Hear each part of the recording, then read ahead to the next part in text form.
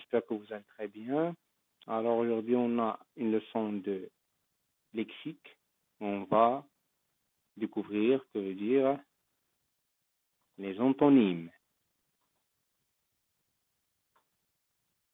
Alors, observons les exemples suivants.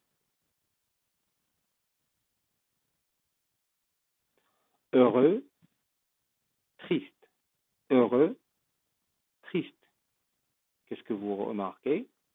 Alors, on remarque que heureux contient le sens contraire du mot triste. Elle contient l'idée du sens contraire du mot triste. Heureux, triste. La même chose pour chaud, froid. Chaud contient le sens contraire du mot froid.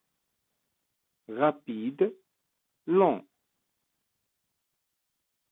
Alors, les mots qui expriment une idée de sens contraire s'appellent des antonymes.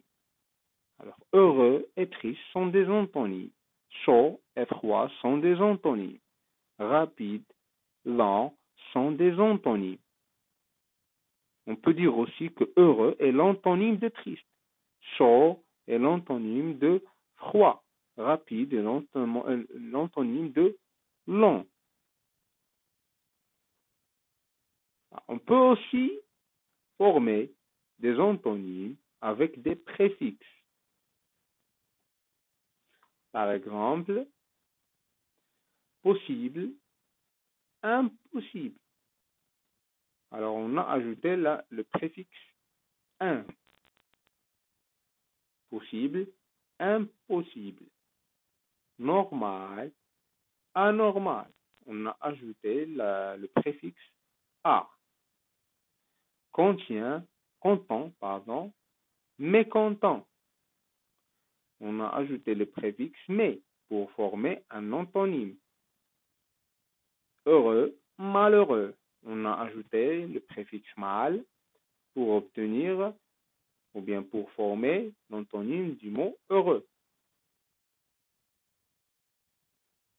Alors, les antonymes peuvent être aussi des noms, pas seulement les adjectifs.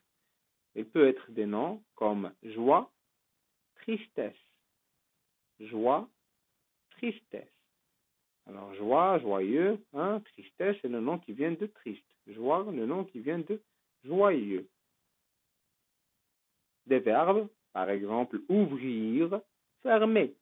Ouvrir, fermer. On dit ferme la porte, ouvre la porte. Les adjectifs, comme on a vu dans les exemples précédents, grande, petite. Grande, petite. On fait attention parce qu'on doit garder le même genre. D'accord? Quand on veut mettre l'antonyme d'un adjectif, on doit faire attention à son genre et à son nombre.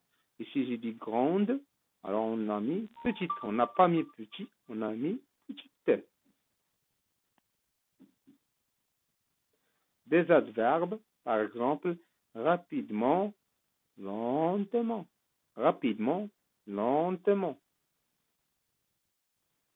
Alors, comme vous avez vu, les antonymes sont des mots qui expriment le sens contraire d'un autre mot. D'accord?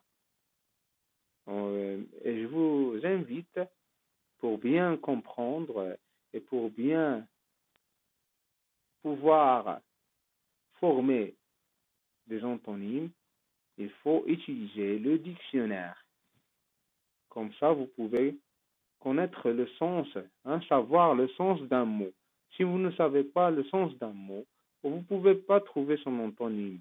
Alors, je vous invite à utiliser, je vous conseille aussi d'utiliser le dictionnaire. C'est le meilleur livre où vous pouvez trouver le sens et les antonymes, mais aussi les synonymes et autres choses. Vous allez beaucoup apprendre en utilisant un dictionnaire. Merci pour votre attention et à bientôt, Inch'Allah.